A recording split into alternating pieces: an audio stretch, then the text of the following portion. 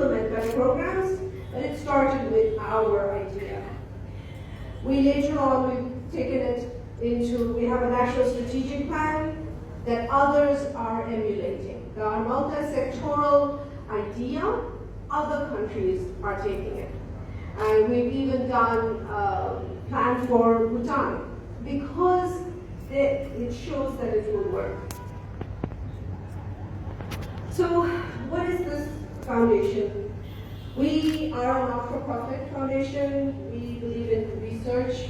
We believe in doing advocacy and ensuring that there is enough capacity to do good work. Because as much awareness as you can have, as much as the right policies that you can have, if you don't have the right people to do that work, nothing will change.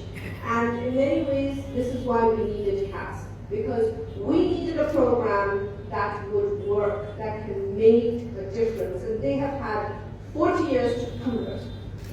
So our mission is to enable innovative ideas and approaches in the area of neurodevelopmental disabilities, and to make sure, as well as mental health in general, but to make sure that we create a society that is inclusive, that enables everyone to be successful in the social area, in the economic area, and be part of the political and cultural progress of the country. We envision a society that has universal support system and an environment where a person with any ability can be included and integrated and live with dignity. Our primary activities is really focused on what is going to, we're a low density organization. Every member of Shuchana is here. I hope you get an opportunity to talk with them. We have many of our executive members who have been with me since 2011, all volunteers.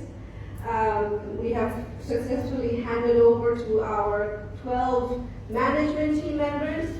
And so we are a low density but a high impact organization. Whatever we need to do, we need to do that at the country level. What can be the most cost-effective way to implement the program? Because there are many countries like Bangladesh.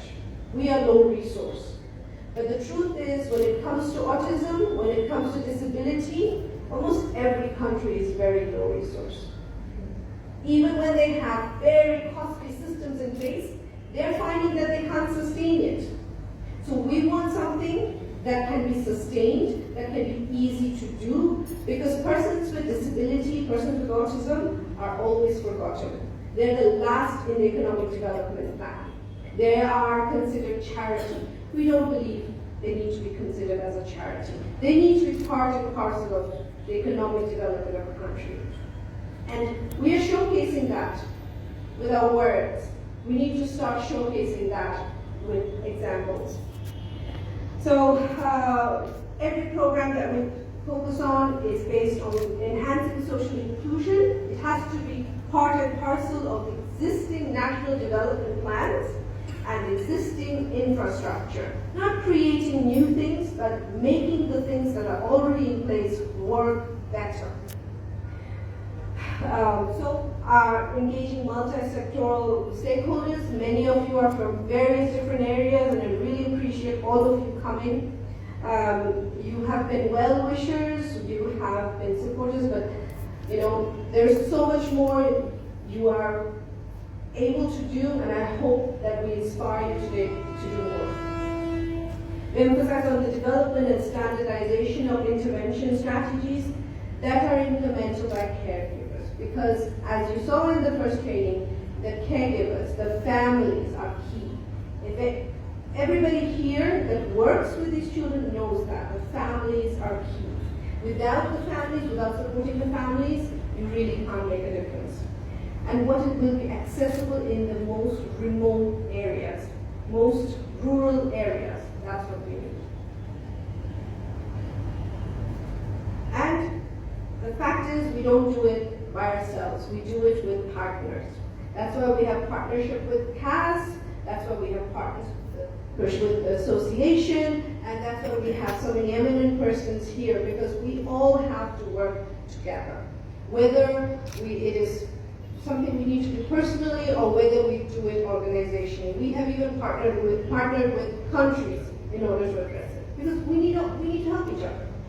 So this is, we have situation assessment that we did in 2016 and a strategic plan. This strategic plan includes the needs of 14 ministries that are part of the National Steering Committee. It has, goes to 9 lifespan needs and 45 objectives, specific objectives. Every single ministry has an idea of what they can do. The reason this is available in the Ministry of Health's website, and all of the suggested projects and ideas that are there are meant to be part of the existing programs, how to enhance the programs. But while completing this, we realize that a lot of resources are missing. We may have good ideas, but we don't have the right persons to do it. And where this CAS model fits is at the core. Our schools with special needs, our children with different abilities, where they are studying, how they are learning, that plays a significant role.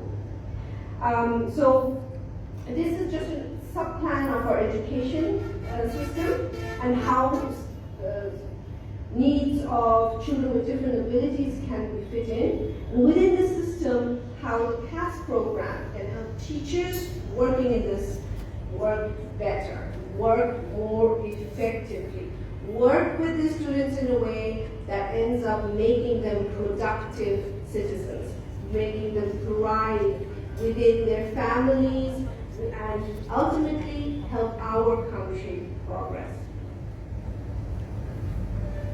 So that's why we have Oribarir Komodayo, empowerment of families. Because at the core of it, it's the family that needs to do it.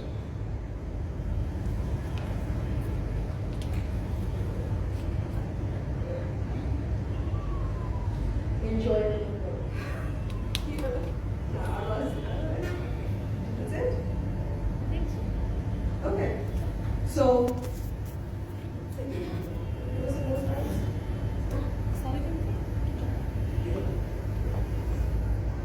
I think it's a good place to stop. I think we've had enough. If we keep focusing on that, how to empower families, I think we're good. So, thank you.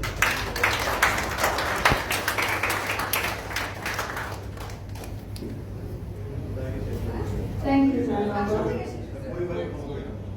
I would like to invite Mrs. Zia Rahman, Managing Director of Bay Footwear Limited, to say a few